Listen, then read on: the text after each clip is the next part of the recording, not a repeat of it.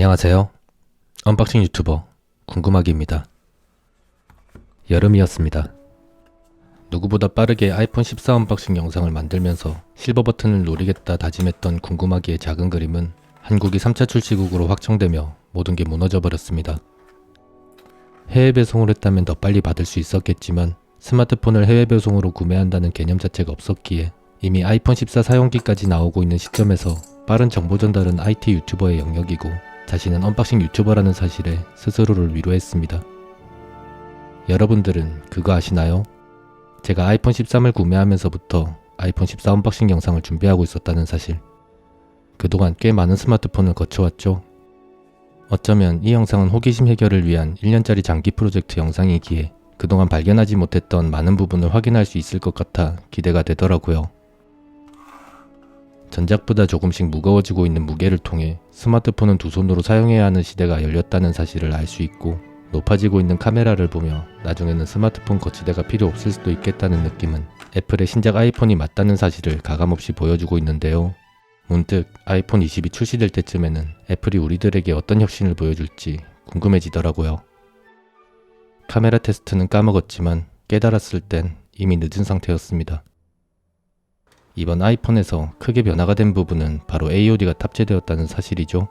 이번에 AOD를 탑재할 수 있었던 이유는 바로 1Hz의 화면 주사율을 구현했기 때문이라는데, 이 부분을 자세히 알아보기 위해서 초당 120프레임으로 촬영하고 확인해봤지만 기존과 아무런 차이도 발견할 수 없었다는 사실은 조금 아쉬웠는데요. 개인적으로는 신기하긴 하지만 좀 과하다는 느낌. 안드로이드처럼 완전 블랙 화면이 화면의 온오프 차이가 명확하고 더 깔끔했기에 편의성보다는 혁신적으로 지네들 기술 자랑하려고 만든 것 같다는 느낌. 추후 업데이트를 통해 검정 화면이 추가된다면 자주 사용하게 될 것 같다는 생각이 들었습니다. 많은 분들이 혁신이라고 이야기하던 다이나믹 아일랜드는 개인적으로는 전체 화면으로 볼 때 완전히 가려지던 기존 노치보다 얇고 길게 살짝 보이는 끝부분의 화면이 오히려 더 거슬린다는 느낌. 지원되는 어플이 아니라면 없는 것과 별 다르지 않다는 사실은 크게 매력이 없다는 느낌으로 저에게 다가왔지만, 다이나믹 아일랜드가 지원되는 어플을 사용했을 때 들어가는 방향에 따라 반응하는 방식이 다른 디테일과 이 부분을 확대를 해서 자세히 확인했을 때 어플이 들어간 후에 점점 미세하게 작아지는 소름 돋는 디테일을 보며 애플이 다이나믹 아일랜드의 진심이라는 것을 알 수 있음과 동시에 앞으로 이것을 5년은 더 우려먹겠다는 애플의 강한 의지를 엿볼 수 있었습니다. 이번 14 프로 모델이 부분 2000니트 밝기까지 가능하다죠. 부분 2000니트라는 것은 부분적인 화면에서 나타내는 수치이기 때문에 1750니트를 지원하는 S22 울트라는 전체 화면보다 흰색의 영역이 작은 상태에서 더 밝게 상승하며 약 1100니트까지 올라가는 것을 알 수 있는데요. 14 프로 모델을 동일한 방법으로 확인했을 때 작아지는 화면에서도 따로 밝기가 증가하는 모습은 발견되지 않았습니다. 그래서 어떤 조건으로 밝기를 상승시키게 되는지 다양한 방법으로 알아본 결과 햇빛과 같은 밝은 조명 아래에서만 밝기를 최대 수치로 상승시키고 이 상태에서 흰색 화면의 크기를 줄여봤을 때 2000니트의 수치를 넘어가는 모습을 보며 애플이 스펙 낮추기를 했다는 사실이 궁금하기 레이더에 적발되었습니다. 아이폰 13도 강한 조명 아래에서 900니트까지 올라가는 것이 확인되지만 화면의 크기를 줄이더라도 밝기 변화가 크지 않은 것을 통해 부분 밝기 변화는 아이폰 14 프로에서부터 적용된 기술이라는 것을 알 수 있는데요. 모든 상황에서 부분 밝기를 변화시키는 갤럭시와 특정 상황에서만 부분 밝기를 변경하는 아이폰이 정확하게 어떤 의도로 설계된 차이점인지는 아직까지 잘 모르겠지만, 어쩌면 디스플레이 색감 완성도에 대한 집착의 차이, 다음 아이폰 언박싱에서 자세히 다루어 봐야겠다는 생각이 들었습니다.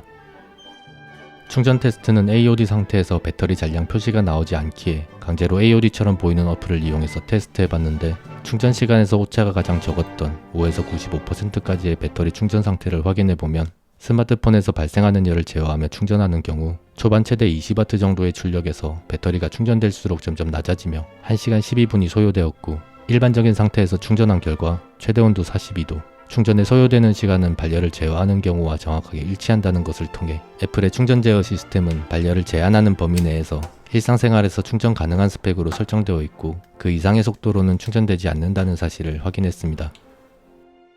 휴대폰을 사용하면서 충전하는 경우 44도에 도달하며 온도 관리를 위한 충전 속도 제어가 시작되지만, 유튜브를 4K 환경에서 시청하는 상황에서는 출력이 낮아진 후 1에서 2분 이내 정상적인 출력으로 복구되어 일반적으로 충전하는 것과 크게 다를 바 없이 충전이 가능했습니다.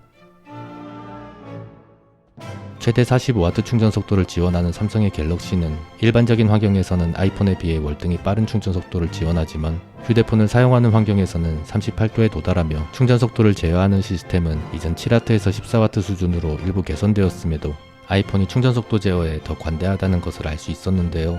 충전 속도 제어는 아이폰과 갤럭시 모두 온도와 밀접한 연관이 있기 때문에 충전 중 게임을 하는 경우에 스마트폰이 너무 뜨거워진 상태라면 충전이 거의 되고 있지 않다고 봐도 무방하기에 혹시나 충전 중 게임을 하다 휴대폰이 너무 뜨거워졌다면 잠시 내려놓고 커피 한 잔의 여유를 가져보는 것도 괜찮을 것 같다는 생각이 들었습니다. 아이폰 12부터 애플은 스마트폰에 자석을 넣기 시작했죠. 마그네틱 뷰어로 맥세이프 부분을 확인해보면 자석의 모양이 13 모델과 일치하는 것을 알 수 있는데 자력은 자기장 테스터기를 이용해서 계속해서 확인해봐도 13 일반 모델에 비해 14%의 최대 수치가 약간 더 높은 모습을 보이기에 실제로 사용하는 환경에서도 자력의 세기가 다를지 궁금해서 제가 가지고 있는 맥세이프 액세서리들을 이용해서 확인해봤지만 체감상 느껴지는 차이점은 크게 없었기에 맥세이프 액세서리를 사용하는 데는 별 문제는 없을 것 같다는 생각이 들었습니다. 제가 아이폰 14가 출시되면 반드시 확인하고 싶었던 부분 중 하나는 바로 터치감의 변화였는데요. 제가 이 부분을 확인하고 싶다는 마음에 아이폰 13이 출시되면서부터 1년 동안 생폰으로 사용했다는 사실 알고 계시나요? 1년 동안 생폰으로 사용했을 때 터치감과 지문방지 코팅에서 새 폰의 상태와 어느 정도 차이가 나는지 알아보기 위한 실험이었는데 현미경을 이용해서 자세히 확인해보면 사용하지 않은 글라스와 1년 동안 사용했던 글라스 표면에서 유분이 맺히는 정도의 차이점을 보며 표면 코팅이 많이 벗겨졌다는 게 확인되더라고요.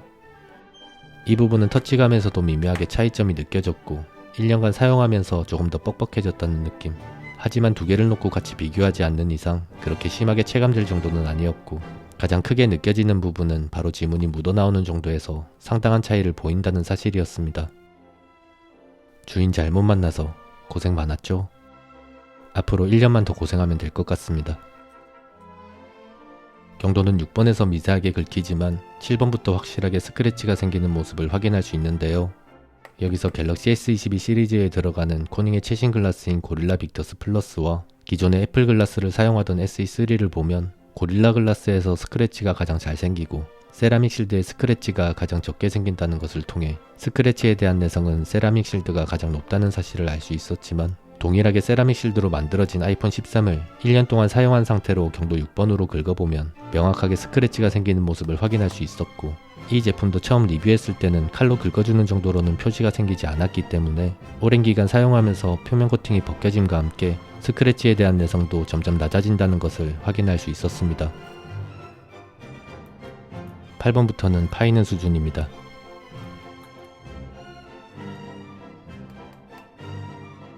측면은 경도 4번입니다.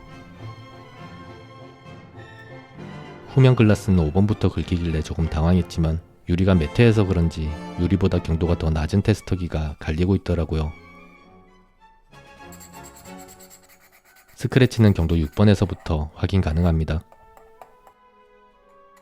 매트해서 그런지 더 잘 긁히나 봅니다.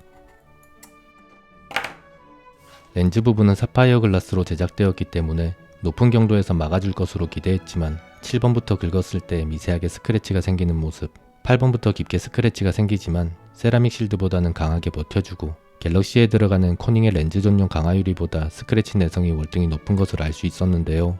이전에 리뷰했을 때 확인하지 못했던 부분이 조금 더 자세히 확인되는 것은 어쩌면 언박싱 스킬이 조금 더 높아지고 있기 때문일지도 모르겠다는 느낌이었습니다.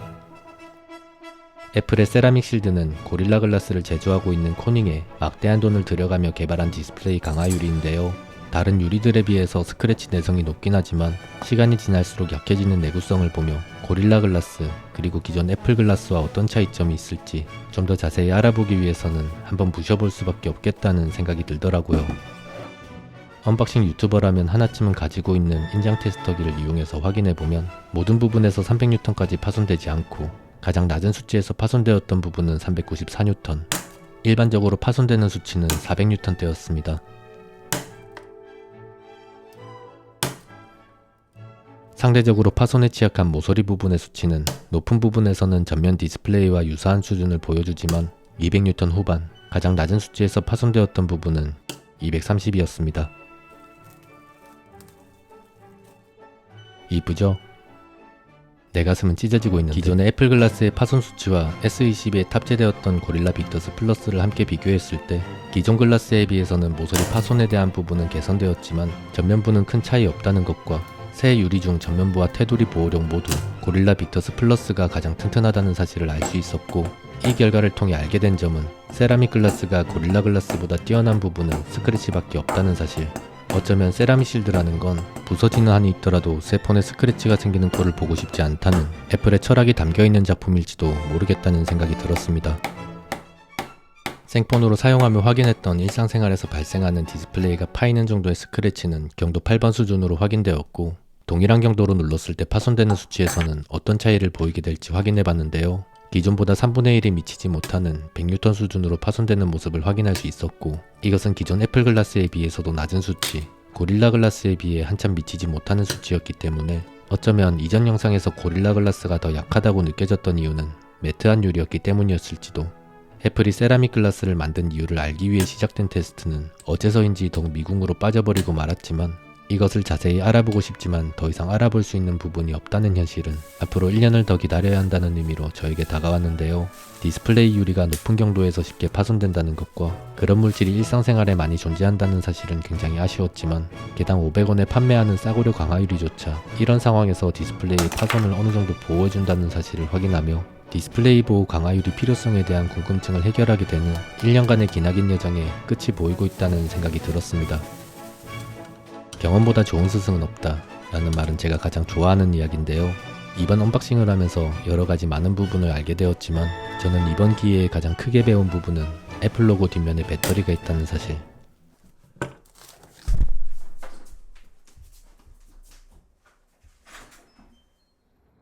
저는 언박싱을 오래오래 하고 싶은 유튜버이기에 앞으로 뒷면 유리는 조금 더 신중하게 부숴야겠다고 다짐했습니다.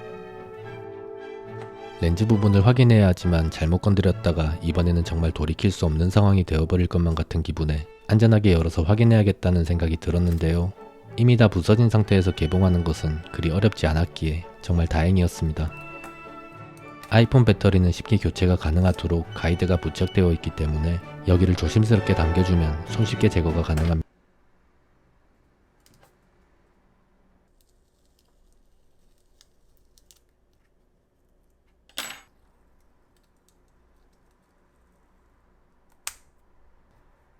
여기가 들어가면서 배터리에 손상을 준 것을 확인할 수 있네요. 애플케어 플러스는 고의적인 파손이나 임의 분해는 적용되지 않기에 가입조차 하지 않았지만, 기회가 된다면 자가 수리 키트를 이용해서 다시 수리하고 싶다는 마음에 렌즈에 손상을 주지 않고 렌즈 유리를 테스트하기 위해서는 모든 부품을 분리해야 했는데요. 저는 갤럭시나 아이폰을 열어봐도 무엇이 어떤 부품인지 잘 알지 못하기 때문에 모르는데 아는 척 떠드는 것보다 문득 다음에 출시될 모델에서 함께 비교해보는 것도 나름 재밌을 것 같다는 느낌에 이대로 보관하는 것도 괜찮을 것 같다는 생각이 들었습니다. 렌즈에 부착된 사파이어 글라스는 처음 확인했던 부분에서 강화 유리와 비슷한 수준인 350N에서 파손되어서 390에서 파손되었던 SE3 글라스와 유사한 수치를 보이지만, 다른 부분에서는 현재 가지고 있는 장비로는 테스트가 불가능했습니다. 이 결과를 통해 200N 초중반대를 유지하던 S22 코닝의 렌즈 전용 강화 유리보다 스크래치와 강도 모든 부분에서 더 튼튼하다는 것을 알 수 있고, 사파이어 글라스가 더 튼튼할 수 있었던 이유는 1.37mm의 두꺼운 유리 두께 때문이라는 것과 함께 이것이 바로 아이폰 카톡티의 원흉이라는 사실을 알게 되었습니다. 상대적으로 낮은 수치에서 파손되었던 세라믹 글라스의 유리 두께는 0.62mm로 기존의 0.8mm의 애플 글라스보다는 더 얇고 0.48mm의 고릴라 글라스보다는 두껍다는 것을 알 수 있었는데요. 더 두껍다고 더 튼튼한 건 아니라는 사실을 고릴라 글라스를 통해 알게 되었고, 여러가지 부분을 더 확인하고 싶었지만 더 이상 확인할 수 없었기에 1년 후 다시 확인하게 될 아이폰 15의 언박싱에서는 어떤 점을 확인할 수 있을지 벌써부터 기대된다는 느낌. 맥세이프 자석과 애니메이션은 어떻게 되어 있는지 궁금해서 확인해보니 전력을 받아들이는 코일 주변에 추가로 구성되어 있는 얇은 코일을 통해 맥세이프 기기를 인식한다는 사실을 알 수 있었고, 내부 자석의 두께는 0.48mm로 0.6mm의 맥세이프 정품 액세서리보다 작고 얇은 자석을 이용하여 두께와 무게를 최대한 줄였다는 것을 확인할 수 있는 유익한 시간이 되었습니다. 오늘의 결론. 아이폰 14 프로의 AOD는 개인적으로 기능이 있더라도 완전 블랙 화면이 나오기 전까지 사용하지 않을 것 같고, 다이나믹 아일랜드의 소름 돋는 디테일은 당분간 애플이 계속해서 유지하겠다는 의지로 보이기 때문에 디스플레이 구멍이 사라지는 것을 기대하는 것보다 지원되는 어플이 많아지기를 기대하는 편이 더 현실적일 것 같다는 느낌.